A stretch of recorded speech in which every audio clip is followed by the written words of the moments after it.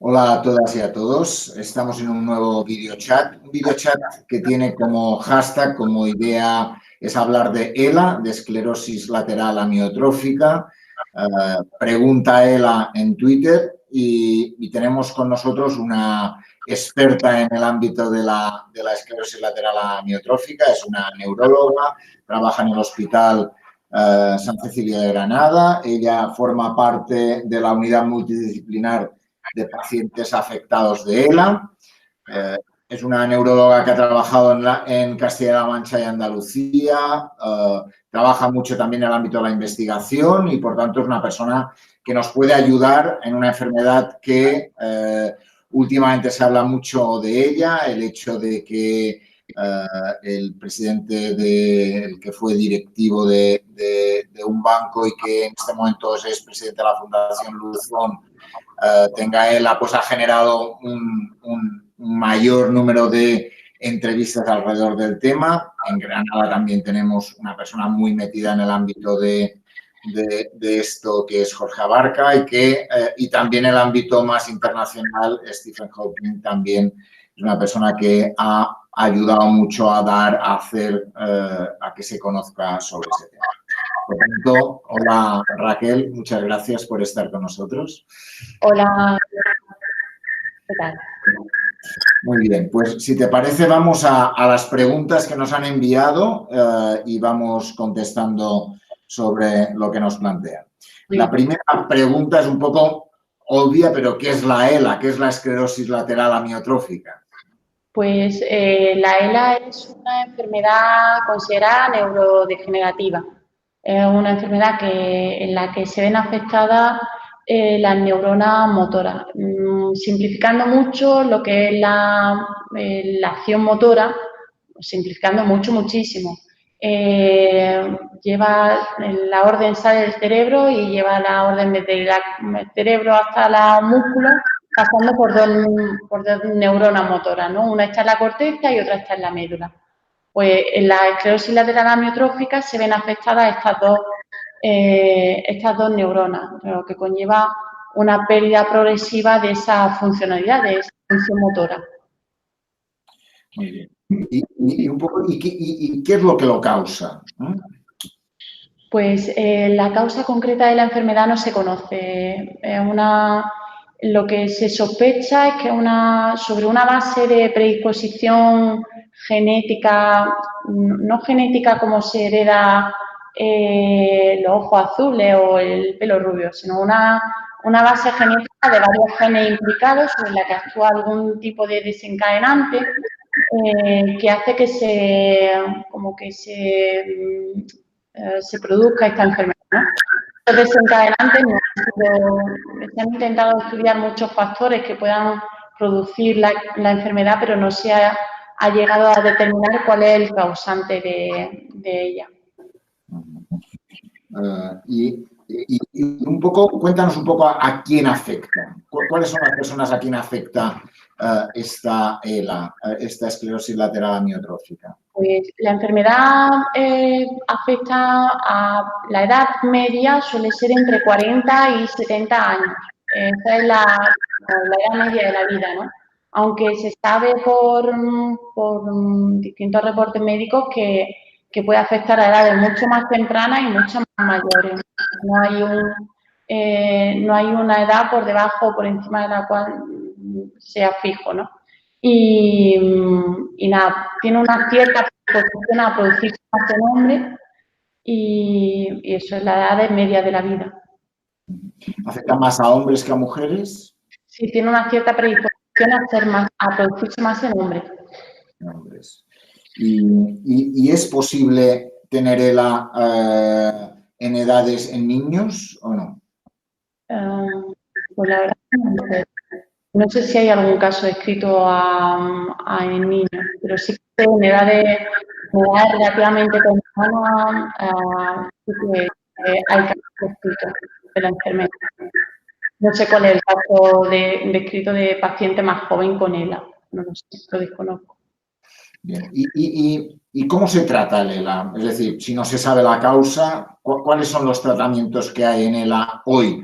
¿no? Luego ya te preguntaré sobre qué se investiga, pero ¿qué tratamientos hay hoy? El tratamiento de la enfermedad tiene como dos pilares, ¿no? Uno es el tratamiento farmacológico y el tratamiento no farmacológico. El tratamiento farmacológico, a día de hoy solamente hay un fármaco que haya demostrado prolongar la supervivencia de la enfermedad, que es el Riluzole.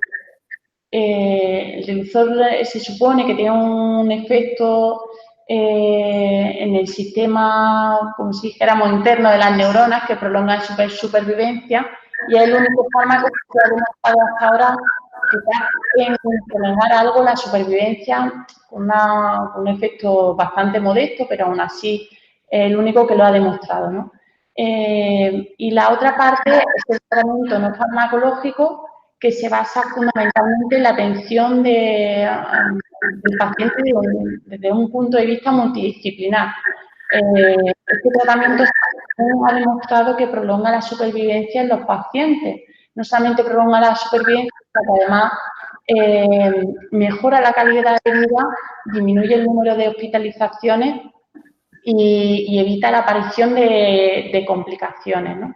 También en el tratamiento farmacológico también se incluyen otro tipo de fármacos que se usan para tratar síntomas que se asocian a la enfermedad, que no son propiamente de la enfermedad, pero que sí van asociados a ella, ¿no? Como pueden ser los síntomas de depresión, la ansiedad, sensación de rigidez, los calambres. Para eso también existe otra serie de tratamientos que nosotros llamamos tratamientos sintomáticos. Volviendo un poquito atrás, digo, porque hemos ido al tratamiento, ahora hablabas de síntomas y tenemos una pregunta y es, ¿cuáles son los síntomas de la ELA? Los síntomas de la ELA básicamente son debilidad, debilidad motora indolora. La forma de presentación es muy variable entre un paciente y otro, pero bueno, la forma más frecuente es la pérdida progresiva de fuerza de una extremidad que se va propagando al resto del cuerpo. A veces puede empezar con una dificultad para tragar o una dificultad para hablar. Esas son las formas, como si dijéramos, las más frecuentes de la enfermedad, las formas de inicio. Luego, progresivamente, eso va derivando en una pérdida progresiva de la fuerza que afecta en distintos extremidades, como a nivel de la deglución, como a nivel del habla o a nivel de la musculatura respiratoria. En un porcentaje de casos de pacientes afectados con ELA también existen síntomas asociados de tipo cognitivo. Algunos de ellos tienen propiamente lo que se denomina una demencia y otros tienen simplemente síntomas que sabemos que se asocian con cierta frecuencia a este tipo de pacientes. Bien, pues por tanto ya sabemos mucho más por tanto, con toda esa pérdida de fuerza, con esa dificultad de deglución que decías, de alguna forma el papel de quien les cuida, quien cuida a un paciente con ELA, debe ser un papel muy importante, ¿no? Sí, efectivamente, sí. Claro, nosotros, por eso es tan importante lo que he remarcado antes, ¿no? Del tratamiento no farmacológico, implica una serie de medidas que ayudan a que todos esos síntomas, toda esa progresión de la debilidad no derive en complicaciones o intentar evitarla en la medida de lo posible, ¿no? O, por ejemplo, si uno tiene problemas para tragar o tiene una displasia que es muy significativa, pues hacerle una gastrostomía para ayudar a la correcta alimentación de ese paciente, por ejemplo. O si uno tiene dificultad para respirar, la utilización de la ventilación mecánica no invasiva. Hay distintos procedimientos o terapias que ayudan en esos síntomas que están asociados a la enfermedad.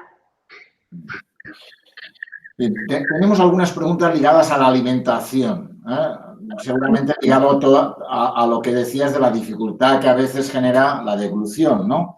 Y hay una primera pregunta que dice si hay que evitar determinados alimentos. Evitarlos como tal porque el alimento en sí sea dañino para la enfermedad, no. O sea, no hay ningún alimento que esté proscrito en la enfermedad porque dijéramos tenga un efecto perjudicial. Lo que sí sabemos es que, bueno, en la alimentación en los pacientes afectos de ELA hay que adaptarlo a cada paciente. ¿Por qué? Porque, como he dicho antes, la afectación de la función motora también implica los músculos de la deglución, a los músculos para tragar. Eso hace pues que según el paciente a lo mejor hay que adaptar la alimentación y hay que utilizar pues distintas técnicas para hacerla de una consistencia que evite que el paciente tenga problemas para tragar. Por eso, cuando hablamos de la consistencia, hay una pregunta que dice, ¿es necesario espesar los alimentos? Depende del paciente. O sea, hay pacientes que por el problema deglutorio, por ejemplo, no pueden tragar líquidos, ¿no? No pueden, porque sabemos que ese líquido es más difícil de ingerirlo de forma adecuada y tienen riesgo de que ese contenido líquido pase a la vía respiratoria y, por tanto, produzca una infección, ¿no? Entonces, en determinados pacientes, lo más correcto es el uso de espesantes y de texturizar los alimentos a una consistencia que a ellos les sea más fácil de tragar y que evite las consecuencias que pueda tener el no tragar de forma adecuada. Ya no solamente el tratamiento del problema para tragar va más allá de solamente cambiar la textura, ¿no? Sino que eso aparte va con una terapia de aprendizaje de maniobras para tragar de forma más adecuada, de distintos, como si dijéramos, distintas maniobras o recomendaciones que hacen que el hecho de tragar o de comer se haga de una forma un poco más segura para el paciente.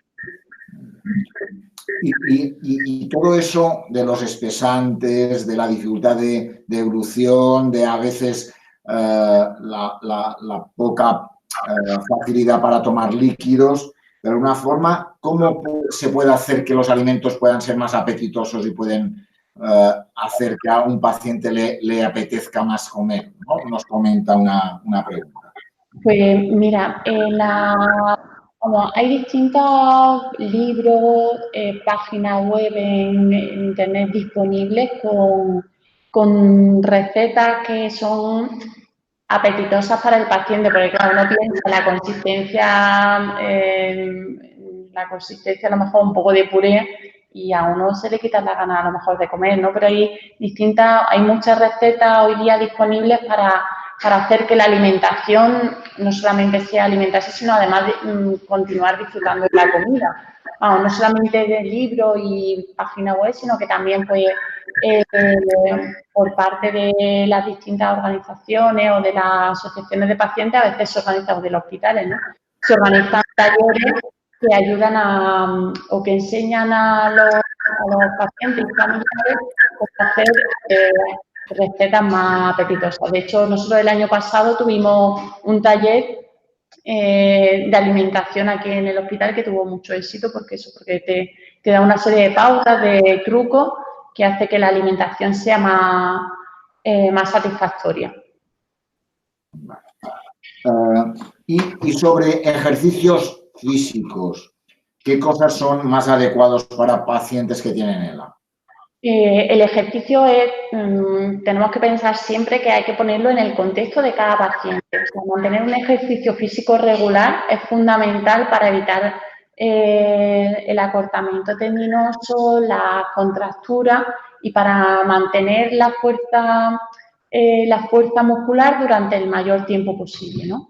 Y ese ejercicio se debe adecuar al momento en el momento en el que se encuentre cada paciente. Es decir, pues al principio, evidentemente, probablemente pues si un paciente tiene la costumbre de salir a andar, a hacer bicicleta, pues por supuesto lo puede seguir haciendo, ¿no? Y luego, conforme la enfermedad avanza, ese ejercicio físico se tiene que adecuar a cada momento, ¿no? A lo que el paciente es capaz de hacer. Es fundamental el contacto, el tratamiento fisioterápico, ¿no? Que dirige un poco cuáles son especialmente cuando avanza más la enfermedad, dirige un poco hacia qué tipo de ejercicio puede realizar el paciente. Muy bien. Hay otro grupo de preguntas que van ligado a el tema de la información que se le da al paciente y a los familiares, ¿no? Si esto genera problemas, es decir, que es fácil plantear cuál es el proceso, cómo se va a seguir, cómo va a ser el proceso de pérdida de fuerza, etcétera, ¿no? ¿Cómo es ese proceso? Hombre, como te puedes imaginar, pues el hecho en sí de comunicar un diagnóstico de estas características es muy difícil por todo lo que conlleva, ¿no? Porque un diagnóstico como estos cambia la vida del paciente y no solamente del paciente al que se lo está comunicando, sino de todo su entorno. Entonces, el dar este tipo de noticias no es para nada fácil. De hecho, hay recomendaciones específicas de cómo se debe dar, ¿no? Porque es verdad que es muy importante que poder sentarse con el paciente, darle una información adecuada, que el paciente pues se vea, tenga también tiempo para expresar sus dudas, que pueda preguntar acerca de lo que él pueda pensar o de lo que él pueda, de las dudas que tenga acerca del proceso o de la enfermedad. Y bueno, por supuesto que es muy duro, pero bueno, intentamos pues siempre darlo en un sitio tranquilo, con el tiempo suficiente, con tiempo para que el paciente pueda expresar todo eso, en fin, que sí que es bastante difícil de darlo, pero bueno, es algo que en algún momento de eso, al principio de la enfermedad, pues el paciente y los familiares tienen que saber un poco cuál es el diagnóstico y cuál va a ser un poco el procedimiento a seguir, ¿no? En cuanto a seguimiento, a tratamiento, en el pues, al seguimiento multidisciplinar que tiene el paciente y que en el momento pues, lo que intentamos es que el paciente no se sienta solo ante este diagnóstico, ¿no? Que nosotros damos un diagnóstico que es muy duro, que conlleva muchísimos cambios en la vida del paciente y que, bueno, que el equipo, hay un equipo detrás de seguimiento que intenta facilitar un poco, en la medida de lo posible, la vida y aumentar la calidad de vida. Y una cosa, ¿y cómo has recibido? Seguramente has tenido muchos casos diferentes, ¿no? Pero ¿cómo se recibe un diagnóstico de este tipo, ¿no? Tú decías, hablabas de lo duro que es, ¿no? Y que se necesita un espacio tranquilo, un tiempo suficiente. ¿Cómo has recibido esta noticia? ¿Cómo he recibido? No entiendo la pregunta. ¿Cómo recibe un paciente, cómo es recibido por parte del paciente que cuando se le comenta que el diagnóstico que tiene es una esclerosis lateral amiotrófica? Hombre, generalmente cuando ya reciben el diagnóstico, claro, todo esto tienes que pensar que el diagnóstico siempre se hace en base a una sospecha clínica, nos apoyamos en una serie de pruebas e intentamos descartar todo lo que parezca que sea tratable, ¿no? Cuando nosotros ya vemos un paciente con una alta sospecha, muchas veces ya hay ciertas cosas que se pueden ir adelantando, ¿no? O sea, que el paciente ya puede tener cierta sospecha de lo que el diagnóstico que se le va a dar. Entonces, la mayoría de los pacientes intentamos que no sea un diagnóstico muy brusco, que el paciente ya sepa algo por lo menos de las características del proceso de enfermedad que tiene, ¿no? Que es algo degenerativo, que puede ir a más, que puede ser algo, por lo menos, que el diagnóstico orienta a este tipo de enfermedad. Entonces, bueno, evidentemente, pues los pacientes lo reciben mal, porque esto no es un diagnóstico es un diagnóstico durísimo y que no es fácil de encajar para nadie, ¿no? Sin duda, ¿no? Hay algunas preguntas que son un tanto complicadas. Digo, de alguna forma, uno, ¿qué es lo más difícil para ti como médica para tratar con un paciente con ELA? ¿Qué es lo más difícil de todo el proceso, ¿no? Hombre, pues para mí quizá lo más difícil del proceso es, en parte, dar el diagnóstico, ¿no? Porque el diagnóstico supone, pues implica muchas cosas para el paciente con el que estoy hablando, ¿no? Y eso es muy duro. Y luego aparte, pues durante el seguimiento, pues es verdad que establece mucho contacto con los pacientes y bueno, y es verdad que el pronóstico tan infausto que tiene la enfermedad, pues hace que a veces sea un poco dura, ¿no? A la hora de tratar con ella. Pero bueno. Y en ese sentido hay una persona que nos dice, dice, en el caso de la ELA, dice, no tanto por el pronóstico fatal, sino por la posibilidad de llevar una vida en condiciones de dependencia, a veces con medios artificiales, algunas de las decisiones terapéuticas se revelan como particularmente difíciles, siendo opinable incluso el hecho de continuar la vida en tales condiciones. ¿Qué tan duro es eso que se puede plantear esa situación? Bueno, nosotros, de hecho, para este tipo de enfermedades existe una cosa que se llama el registro de voluntad anticipada. Es decir, bueno, que el paciente puede dejar registrado cuál es su deseo en caso de que exista una complicación grave, que, por ejemplo, sea necesario intubar al paciente para continuar con pues el paciente puede dejar registrado por escrito cuál es su deseo en caso de que eso ocurra, ¿no? O sea que para eso, y además, creo que es algo que está bastante implementado dentro de lo que es el seguimiento de los pacientes con ELA, ¿no? Es algo que se plantea con cierta frecuencia el que el paciente pues por lo menos se lo planteen, ¿no? Y que sepan que tienen esa opción disponible de decir qué es lo que quieren o qué es lo que querrían si pasara algo en lo que fuera necesario hacer un procedimiento extraordinario, ¿no?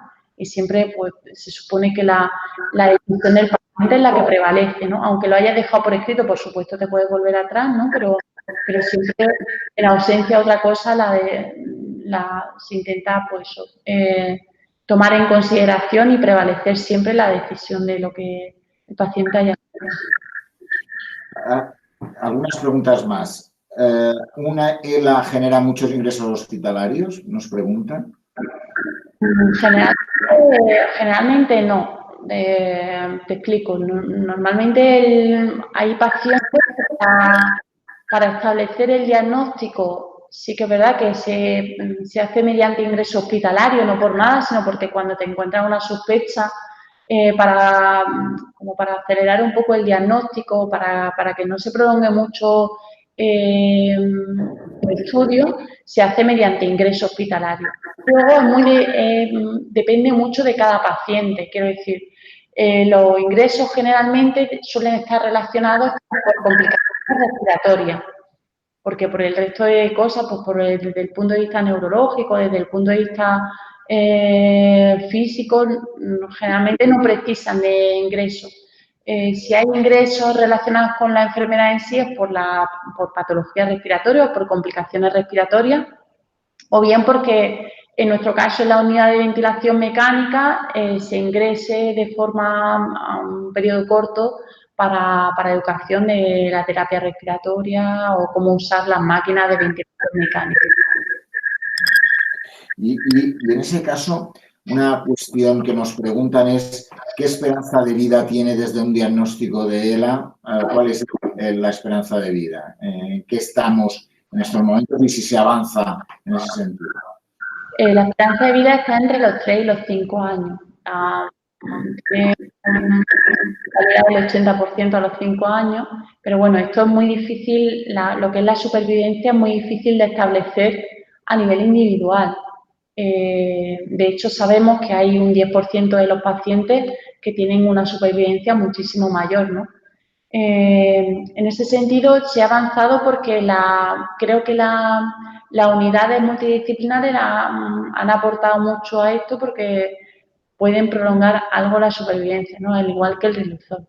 Pero bueno, no sé, en ese sentido, la supervivencia no ha cambiado sustancialmente de hace unos años para acá. Y para eso, pues, evidentemente, una de las cosas que tenemos en contra de que aumente la supervivencia de la enfermedad es que no dispongamos de ningún tratamiento que modifique de forma muy eficaz lo que es el pronóstico de la enfermedad. Y nos preguntan una pregunta que nos ha llegado esta mañana. Dice, ¿es posible que la ELA en un paciente la haya provocado una mala cirugía cervical? No.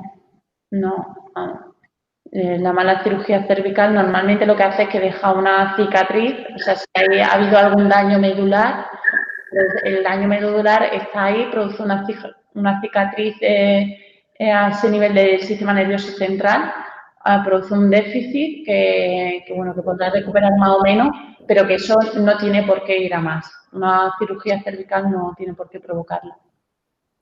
Y casi ya por último, me gustaría que hablaras un poco en qué se está investigando hoy en día. ¿Cuáles las líneas de investigación que hay sobre el ELA?